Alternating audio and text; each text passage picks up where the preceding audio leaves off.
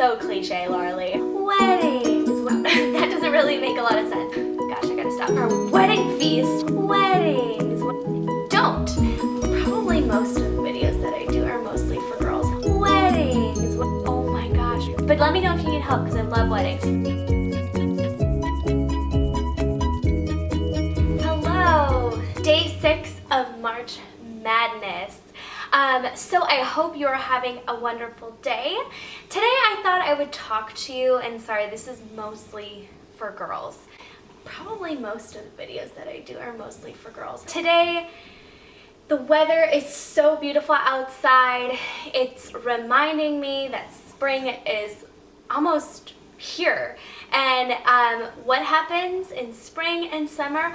Weddings. One of my favorite things. As a kid, I had wedding magazines. Like, I was that 9-year-old planning her wedding, drawing my dress. And then when the movie The Wedding Planner came out with Jennifer Lopez, game over. That was what I was gonna do with my life. I was gonna be a wedding planner, which obviously didn't happen, but I'm not opposed to doing it still. Maybe I'll just start. I love weddings.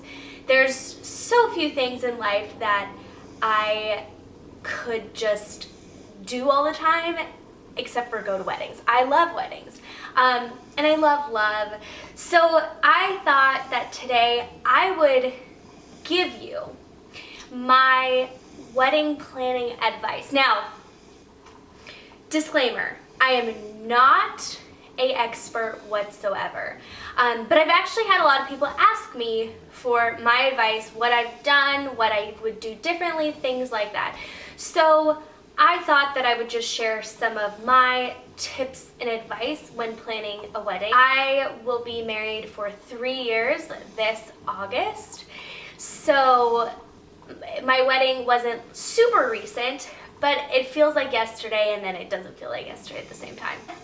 My husband and I actually sat down and did this together because he was wonderful in the whole planning process. He was very hands-on. I thought it was going to be all me, but no, he stepped up and he was very involved with every detail. And I know that a lot of the details he did not want to be involved in, but he knew that I wanted him to be involved, so he was. And we pulled it off, and I have to say that I wouldn't have been able to pull it off if it wasn't for him. So we sat down and we kind of thought about the wedding, and we compiled some things that we would have redone or things that we advise people on when they are planning a wedding. And hindsight is always 20/20, you know, but I'll just say this. I loved my wedding. Really, if I had to do it over again, I would pretty much do it the same. There are, of course, a few things that I would have changed, but overall, I loved it.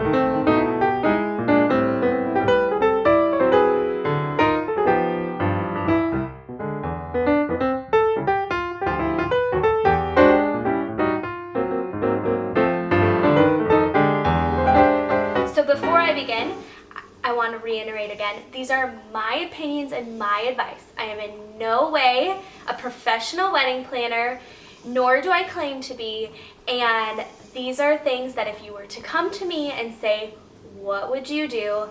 This is what I would tell you.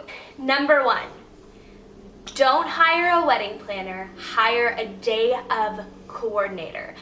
I had been in my friend Tara's wedding, and she had this wonderful day of coordinator. She was super on top of things, just really organized. It made the day completely stress-free.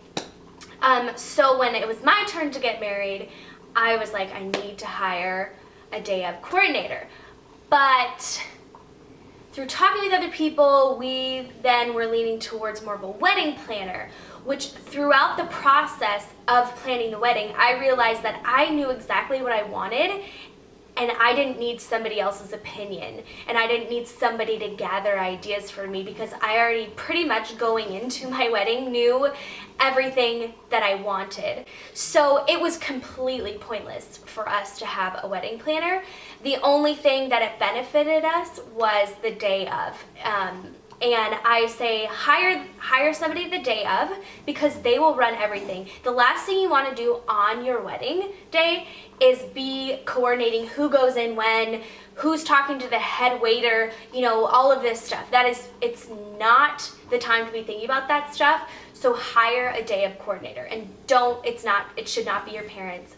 Number 2, really, really, really think about your non-negotiable things that you want for your wedding, like 2 or 3. And that's where you should put your money in, and then don't worry about it, because the rest you'll find, if you don't make this a priority, you'll spend a lot of money on details that really don't matter and that you forget about. For me, one thing that I really, really did not want to compromise on was flowers. That was pretty much flowers and food. But I didn't necessarily keep that as a main priority, and we spent a lot of money in these different little areas that I don't feel like anybody really noticed. So for me, pick your top things that you want to put your money in, and don't even worry about the rest, for real. As long as you do everything that you want to do, and it has your personal touch, people are really there to celebrate you. They're not going to notice that you had pearls on your tablecloth, which I did. I still love those, but when I think about what I paid for them, I'm like, yeah, would I do it again? I don't know. They were beautiful, but again, one of those things. Number 3, one thing that really does matter at a wedding, and I wouldn't necessarily say that this is a personal opinion, although I do share it, but I've heard other people say this, is food. A, good food, and B, having enough food. People are there, and they're usually there for a long time. You got to go through the wedding, which can go a long time, and then you have the time between the wedding to the reception, and people get hungry, and so they would like a good meal. An important place to put your money is food. People remember food. I can remember weddings based off the food. I can't tell you any details, and ask my husband. He will tell you about a wedding based on the food. That's a good investment. People remember that. Number 4, pay people to do stuff that you don't need to be stressed out about. That doesn't really make a lot of sense, but I'll give you an example. I know that sometimes when you're on a budget, you want to save as much money as you can, so you do all these DIY stuff. But what ends up happening is your wedding is the most important day, and there are a lot of little details. In the end, it's just a headache that you don't need. Your wedding is already stressful enough.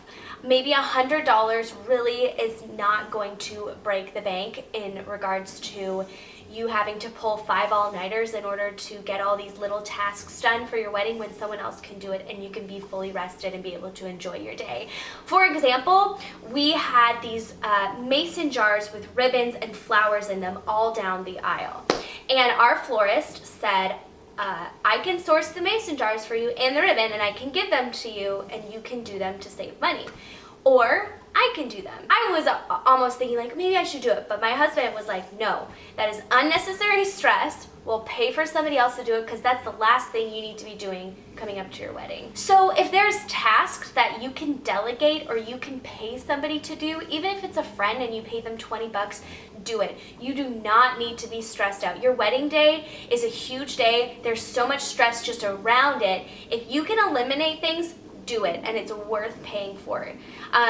Don't break the bank for it, but if you can, pay somebody to do the unnecessary tasks. Number 5, say no. And I don't mean to, that sounds kind of harsh, but I say that to myself. There are so many things that I wish I had said no about at my wedding or around my wedding. And I'm not going to give examples. I'm just gonna let it be. But if there are things that you don't want, don't have them. Don't. There are some things which are, maybe sensitive and family things, but honestly, it's your day. It only happens once. It's only a few hours. Have what you want. I wish that I had been 100% selfish in some of the things that my husband and I didn't want, but we just did because other people wanted. Honestly, it's not worth it. Do what you want to do. Be strong and say no. It is the one day, pretty much of your entire life, that completely surrounds you. So have everything that you want. Number 6, the cleanup crew. Probably shouldn't be your family. I learned this the hard way, and my husband and I were super organized on every area of our wedding. We had it down. We had, itineraries, everything. It was very organized, except we did not consider at all what happened when the wedding finished. I come to find out that the next day, my whole family had to go back to the venue and clean it up. And I felt terrible. That was completely an afterthought. And I hear people doing that. Now, if your family is totally okay with it, that's fine. And my family was so sweet about it. They never said anything like they were mad, but I wouldn't have wanted them to do that because your wedding day, I was exhausted. I couldn't imagine how exhausted they were, and to have to go back the next day and clean up. Oh, I feel terrible. So if you have the funds or the friends that are willing to do it so your family doesn't have to, do it. It's so worth it, and your family will really appreciate it.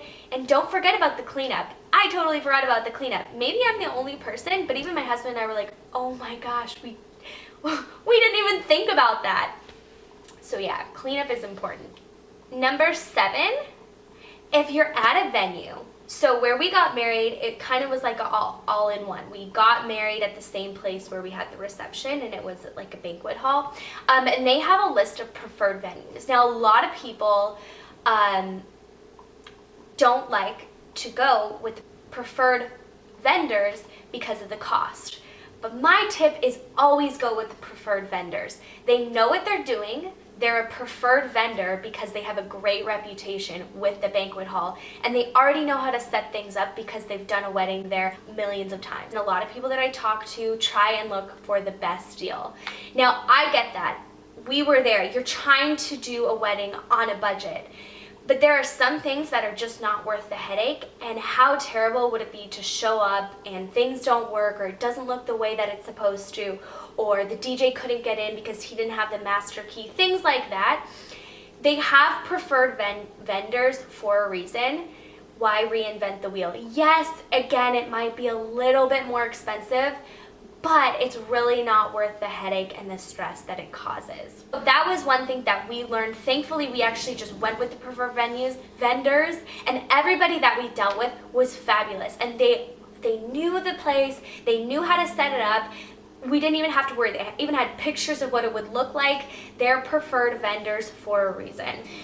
Number 8, and this was really big with what my husband said, is try to find a balance on what is trendy right now and what will be classic forever. Pinterest is great, and all these ideas are great, but at the end of the day, trends come and go, and I'm totally about being trendy, but I want my wedding pictures to be able to look at them and be like, wow, that's still so beautiful. It's hard to find a balance with what's trendy, but I think that's really important because, it's something that you want to last forever, and you want to show your kids and your grandkids your wedding. And styles, they do come and go, but there is a classic kind of wedding feel that is timeless and ageless. And so I think finding a balance between those two is really important so that you can enjoy the moments forever instead of looking at your pictures being like, I wish I didn't do that. Number 9, on your wedding day, make sure you eat. I totally did not eat at all. And I wasn't really hungry and I was kind of stressed out. Actually, my friend, I just had coffee with her the other day and we were talking about my wedding and she was like, yeah, you kind of were like not all there on your wedding. And I was like, I was stressed out a bit and I think it was just overwhelming.